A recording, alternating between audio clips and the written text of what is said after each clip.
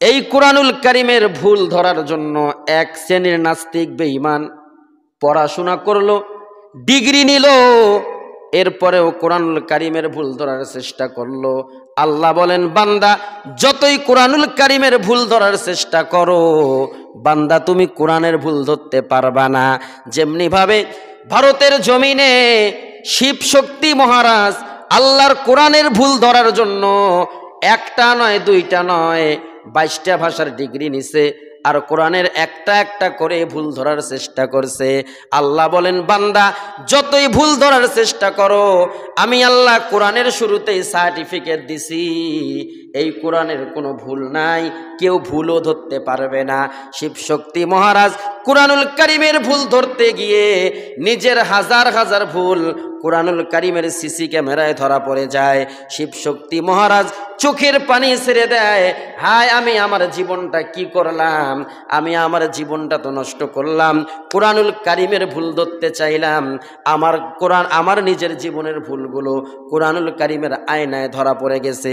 শিবশক্তি মহারাজ রাত্রিবেলা বিছানার মধ্যে ঘুমাইতে চায়, এ বন্ধুরা আমার, কিন্তু চোখের মধ্যে ঘুম আসে না, রাত্র গভীর হয়ে যায়।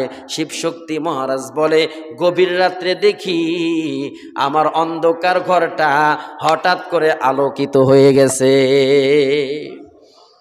কি ব্যাপার, আমার ঘরটা আলোকিত হইল কেন? জান্নাতের ঘ্রাণ আমি পাইতেছি কেন?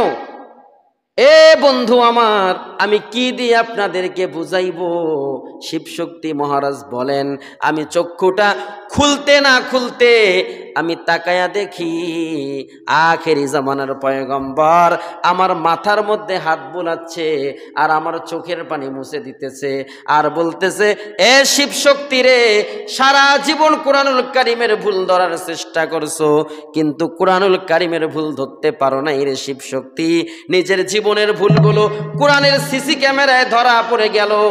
এ শিবশক্তি, নিজের ভুল বুঝতে গিয়ে কান্না করছো। আমি নবীজি কালিমা তয়্যিবার দাওয়াত দেওয়ার জন্য তোমার ঘরে চলে আসলাম, আর দেরি করো না, আমার হাতে হাত রেখে কালিমা পড়ে মুসলমান হয়ে যাও। শিবশক্তি মহারাজ কালিমা পড়ে মুসলমান হয়ে গেছে। সকাল 10টা 11টা বাজে, শিবশক্তি ঘুম থেকে ওঠে না। বিবি সাহেবা সুন্দর করে রুটি বানাইছে, বিবি সুন্দর করে গোস্ত ভুনা করছে। শিবশক্তি মহারাজের দরজার মধ্যে আওয়াজ করছে, ও স্বামী আমার, এত বেলা হয়ে গেল, আপনি কেন ঘুম থেকে জাগ্রত হন না? শিবশক্তি দরজাটা খুলে দিছে, বিবি ঘরের ভিতর ঢুকছে আর ডাক দিয়ে কয়, স্বামী আমার, আপনার পছন্দের খাবার গোস্ত ভুনা করছি, আপনার পছন্দের খাবার রুটি বানাইছি, আপনি খান। এখন শিবশক্তি মহারাজ চোখের পানি ছেড়ে দিছে। বিবি ডাক দিয়ে কয়, স্বামী গো, আপনি কেন কান্না করেন? শিবশক্তি মহারাজ ডেকে বলে, বিবি আমার, আজ থেকে আর তোমার হাতের রান্না আমি খাবো না। বলে কেন? বলে, বিবি তুমি তো বেঈমান, তুমি তো বেদিন। রাত্রিবেলা আমার নবীজি এসে আমাকে কালিমা তয়্যিবা পড়ে মুসলমান বানায়া দিছে, আজ থেকে আর তোমার হাতের রান্না আমি খাবো না। বিবি সাহেবা চোখের পানি ছেড়ে দিছে আর ডাক দিয়ে কয়, স্বামী আমার, আপনি আমার হাতের রান্না খান। যখন আপনাকে আমার নবীজি কালিমা তয়্যিবা পড়ে মুসলমান বানায়া দিছে, যাওয়ার সময় আমাকেও মুসলমান বানায়া দিছে। বিবিও মুসলমান হয়েছে। সুবহানাল্লাহ, কোন সুবহানাল্লাহ। এ মুসলমান ভাইয়েরা আমার, এটা এমন একটা কোরআন, শুধু শিবশক্তি নয়, হাজার হাজার নাস্তিক বেঈমান, হাজার হাজার পণ্ডিত, হাজার হাজার শিক্ষিত নাস্তিকরা এই কুরআনুল কারীমের ভুল ধরার চেষ্টা করছে, কিন্তু তাদের চেষ্টা কি বলে বিফলে গেছে, তারা সফল হতে পারেনি। কথা ঠিক কিনা? তাহলে মুসলমান ভাইয়েরা আমার, আপনারা বলেন তো, এই কুরআনুল কারীম আমাদেরকে পড়া দরকার আছে না নাই? কোরআন দিয়ে নিজের জীবনকে সাজানোর দরকার আছে না নাই?